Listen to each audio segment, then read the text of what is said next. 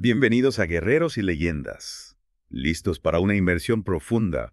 Hoy nos adentramos en el mundo de los samuráis. Prepárense para descubrir la verdad detrás de estos guerreros legendarios. La historia de los samuráis es mucho más compleja de lo que muchos creen. Empecemos con la palabra samurái misma. Interesante. ¿Qué nos dice la palabra? Viene de saburao, que significa servir. Servir. Sí, samurái significa aquellos que sirven. Lo sorprendente es que al principio no se refería a guerreros. No. No. Se usaba para los sirvientes domésticos, los que cuidaban a los ancianos. Espera. Los guerreros feroces que imaginamos cuidando viejitos. Exacto. La palabra misma ha evolucionado. Y para entender sus orígenes tenemos que viajar a la era Kofun, entre los años 250 y 530 después de Cristo. ¿Qué encontramos en esa era? Ya existía una aristocracia guerrera. Sus prácticas funerarias nos dan pistas. ¿Qué tipo de prácticas? Enterraban a sus guerreros en tumbas especiales con forma de ojo de cerradura, llamadas kofun. Kofun. Sí, y junto a ellos, armas, armaduras, objetos valiosos. Pero lo más interesante son las haniwa. Haniwa. Figurillas de arcilla. Representaban sirvientes, animales, incluso soldados. Como pequeñas ventanas al pasado. Exacto. Y nos muestran algo importante. La conexión entre el guerrero y el concepto de servicio, incluso en la muerte. Las raíces del código samurái, podríamos decir. Increíble cómo esos detalles revelan tanto. Y hablando de influencias, ¿cómo impactaron las guerras en Corea a los primeros guerreros japoneses? Las guerras en Corea fueron una escuela. Ahí aprendieron la importancia de la caballería y el uso del arco. Adaptarse o morir, ¿no? Exacto. Los samuráis eran maestros en la adaptación. Más adelante, en la era Nara, 710-794 de UC, los conflictos con los emishis en el norte de Japón introdujeron un nuevo tipo de espada. ¿Qué tipo de espada? Una espada curva, mucho más efectiva para el combate a caballo. Fascinante. Las guerras iban moldeando al samurái. ¿Y qué pasa después de la era Nara? Llega la era Heian. 794 hace 20 o 1956, un periodo de agitación política. Y aquí es donde los clanes samurái comienzan a destacar. ¿Qué clanes eran los más importantes? 3 familias dominaban la escena: los Taira, los Minamoto y los Fujiwara. Sus luchas por el poder marcarían la historia de Japón. Suena a una película épica. ¿Hubo alguna batalla que definiera esa lucha? Las guerras Genpei entre 1180 y 1985 fue un punto de inflexión. No solo una rivalidad entre clanes, era una batalla por el alma de Japón. ¿De qué se trataba? 2 ramas del clan Minamoto, lideradas por Yoritomo y Yoshinaka, luchando contra los Taira por el control del país. El ganador decidiría el futuro de Japón. Un drama familiar con consecuencias históricas. ¿Y quién ganó al final? La victoria fue para Minamoto no Yoritomo. Él estableció el primer shogunato en 1192. Un momento histórico. ¿Qué cambió con el shogunato? El emperador se convirtió en una figura simbólica. El shogun, un líder militar, gobernaba en su nombre. Los samuráis ahora estaban a cargo. De aquellos que sirven a quienes ejercen el poder. Un cambio impresionante. Pero imagino que con el poder llegaron nuevos desafíos. Sin duda, uno de los más singulares fueron las invasiones mongolas, a finales del siglo III. Los mongoles, famosos por su ferocidad. Utilizaban tácticas que los samuráis nunca habían visto. Miles de arqueros disparando al unísono, catapultas, un espectáculo de terror. ¿Y cómo lograron repelerlos? Aquí entra la leyenda. 2 tifones, considerados kamikaze o viento divino, destruyeron las flotas mongolas. ¿En serio? Sí, en ambas ocasiones. Estos eventos reforzaron la creencia de que Japón estaba protegido por los dioses, y los samuráis, como sus guerreros, eran parte de ese destino divino. Una victoria épica con un toque místico. La naturaleza interviniendo en la historia. Y después de estas invasiones, ¿qué rumbo tomó la historia samurái? El siglo IV trajo consigo la restauración Kenmu, otro intento del emperador Go-Daigo por recuperar el poder. ¿Y los samuráis? Se dividieron. Algunos apoyaban al emperador, otros al shogun. Y aquí surge la figura de Kusunoki Masashi, un samurái cuya lealtad al emperador lo convirtió en leyenda. ¿Qué hizo? Defendió un Yamashiro, un castillo en la montaña, contra las tropas del shogun. Su resistencia inspiró a muchos, y su seppuku, antes de ser capturado, lo elevó a la categoría de héroe. El seppuku. Ese acto de honor tan característico. Hablaremos de eso más adelante. ¿Y qué pasó después de la restauración Kenmu? A pesar de los esfuerzos de Go-Daigo, el shogunato se mantuvo, esta vez bajo el mando del clan Ashikaga. Otro clan en el poder. El Juego de Tronos japonés era tan intenso como en cualquier serie de televisión. Y tanto. Los Ashikaga gobernaron durante un periodo marcado por conflictos internos, la era Nambokucho, con 2 cortes imperiales rivales. Imagina el caos. Samuráis luchando en ambos bandos, alianzas cambiantes, traiciones. En medio de todo ese caos, ¿cómo evolucionó el samurái? Bueno, el periodo Sengoku, que comenzó a finales del siglo XV, fue una época de cambios radicales, sobre todo en la forma de hacer la guerra. ¿Qué tipo de cambios? La introducción de las armas de fuego, como los arcabuces, revolucionaron el campo de batalla. Las armas de fuego. Eso sí que debió ser un cambio drástico. Imagínate, la habilidad con la espada ya no era la única garantía de victoria. Los ashigarus, soldados de infantería con arcabuces, podían abatir a un samurái a distancia. Un choque entre tradición y modernidad. Exacto. Y este choque se hizo patente en batallas como la de Nagashino en 1575. Ahí Oda Nobunaga, un daimyo visionario, usó arcabuces y tácticas innovadoras para aplastar la caballería del clan Takeda. Oda Nobunaga. He oído hablar de él. Un personaje fascinante. Sin duda. Nobunaga fue un estratega brillante, un líder carismático y uno de los principales artífices de la unificación de Japón. Unificador de Japón. Esa es una historia que merece su propio deep dive, pero creo que ya hemos cubierto bastante terreno. Hemos explorado los orígenes de los samuráis, su evolución a lo largo de las eras de Japón, cómo las guerras y la tecnología moldearon su papel. Y lo más importante, hemos empezado a entender cómo la idea de servir se transformó en un código de honor complejo. En la próxima parte del programa nos adentraremos en la vida cotidiana de estos guerreros, sus armaduras, sus armas y, por supuesto, el Bushido, el camino del guerrero. No se pierda la próxima parte de Guerreros y Leyendas, donde seguiremos explorando el fascinante mundo de los samuráis. Seguimos explorando el mundo samurái. Hoy nos vamos a adentrar en su vida cotidiana. Más allá de las batallas épicas, ¿cómo era su día a día? Vamos, men, intriga. ¿Cómo se vestían? ¿Qué comían? ¿Cómo se divertían? Cuéntamelo todo. Empecemos por la vestimenta, un elemento clave de su identidad. Las armaduras samurái, esas piezas tan icónicas. Sí. Son impresionantes. Pero imagino que también debían ser muy pesadas. Exacto. Y su evolución refleja los cambios en la forma de combatir. Las primeras armaduras, las tankos, eran de hierro macizo. Imagínate luchar con eso. Uf. Debía ser agotador. Con el tiempo se buscaron opciones más ligeras y flexibles, como la yoroi, que combinaba placas de hierro con cuero. Mucho más práctico para moverse en batalla. Y hablando de piezas icónicas, ¿qué me dices de los cascos?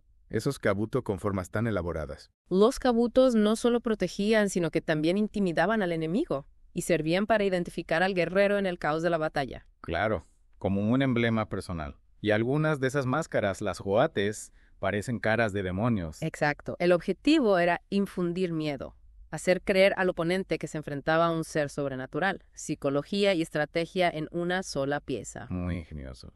Y hablando de estrategia, pasemos a las armas. No puedo evitar pensar en la katana, esa espada legendaria. La katana es icónica, sí, pero durante gran parte de la historia samurái, el arco y la lanza fueron las armas principales. En serio, siempre pensé que la espada era su compañera inseparable. La espada era fundamental para el combate cuerpo a cuerpo, pero a caballo el arco yumi y la lanza yari eran mucho más efectivos. Claro, tiene sentido. Y los samuráis debían ser unos maestros en el manejo de todas estas armas. Por supuesto. Desde niños se les entrenaba en el kiba no michi, el camino del arco y el caballo, y en el surjutsu el arte de la lanza. Una educación marcial completa. Una educación marcial completa.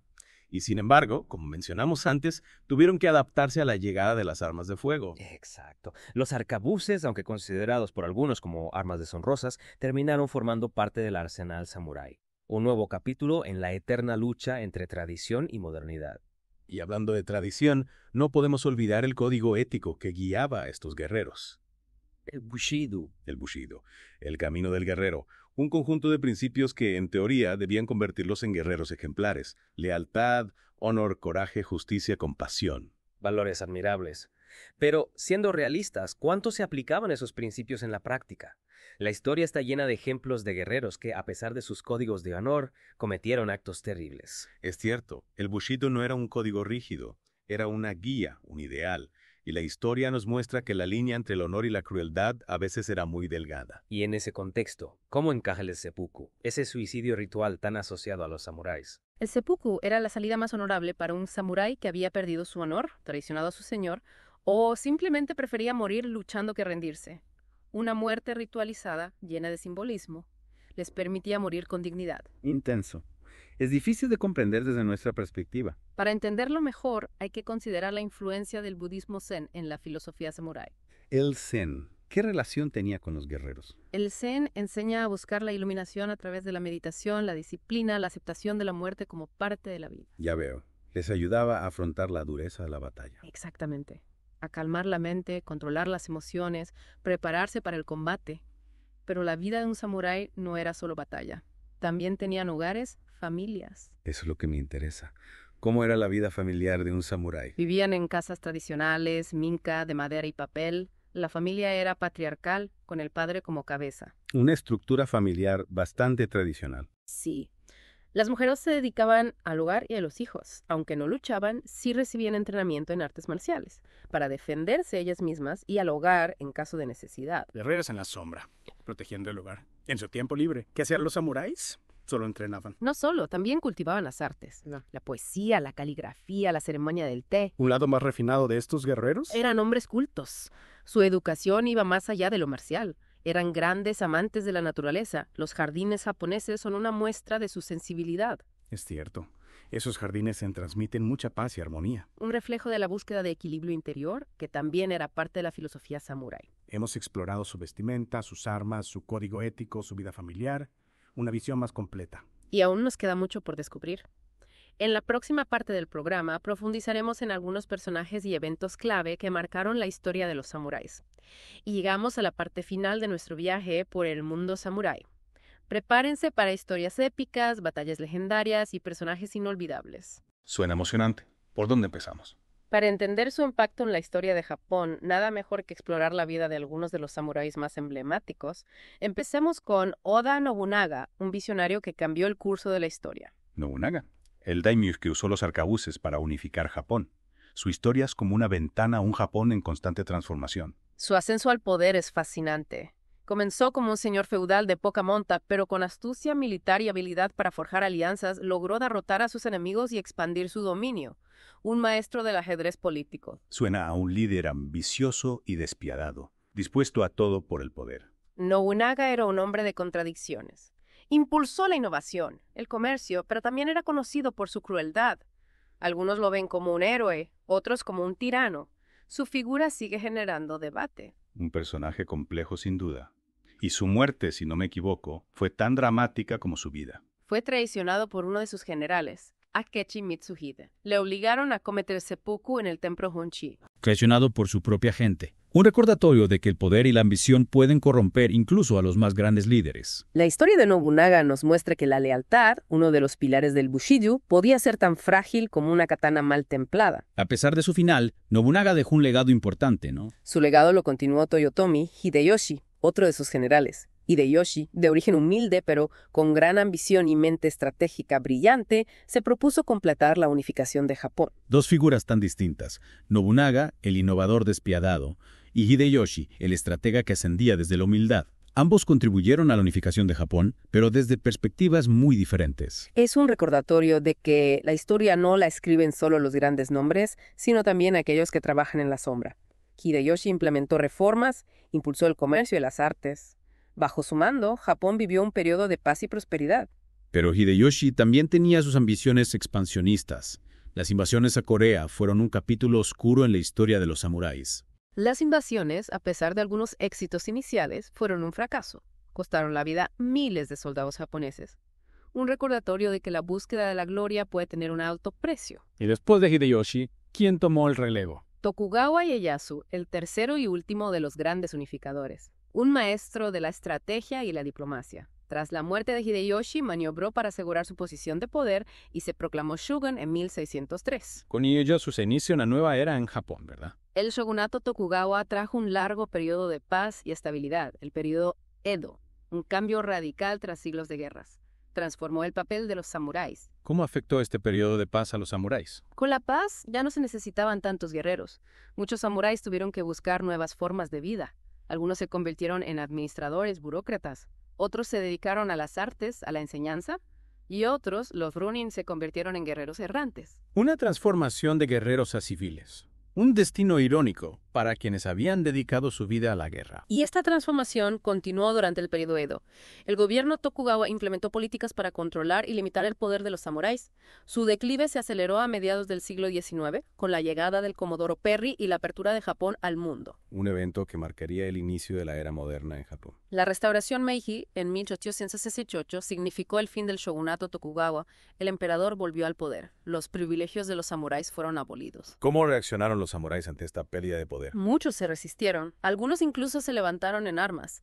La rebelión Satsuma, liderada por Saigo Takamori, fue el último acto de resistencia de los samuráis. Saigo Takamori, un nombre que evoca la nostalgia de una era pasada. ¿Qué lo motivó a rebelarse? Saigo era un samurái de la vieja escuela. Se opuso a la modernización de Japón, a la pérdida de los valores tradicionales. Su rebelión fue aplastada y Saigo murió en la batalla. Una muerte que simboliza el fin de una era. El ocaso de los samuráis. Una historia sobre la lucha por el poder, la adaptación al cambio y la persistencia de los ideales. Hemos recorrido un largo camino desde los guerreros de la era Kofun hasta la caída del shogunato Tokugawa. Hemos visto que la historia de los samuráis es mucho más compleja de lo que imaginamos. Una historia que nos invita a reflexionar sobre el poder, el honor y el impacto de las tradiciones en el mundo moderno. Y aunque el mundo de los samuráis ya no existe, su legado sigue vivo en la cultura japonesa.